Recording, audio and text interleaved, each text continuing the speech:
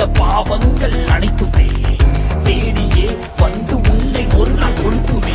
எளிய எளிய உயிரை ஒரு வழிய ஒருவன் எடுத்தால் நினைக்காத ஒரு நாள் உன்னை எவனோ ஒருவன் முடிப்பான். நேற்று செய்த தவறை நீ மேலும் மேலும் செய்தால் மேலே உள்ள அவனோ உன்னை கீழே மிதித்து மிதித்துக் கொள்வான். வரவா வரவா உன்னை துரத்தி வரவா நீ விதைச்ச வழி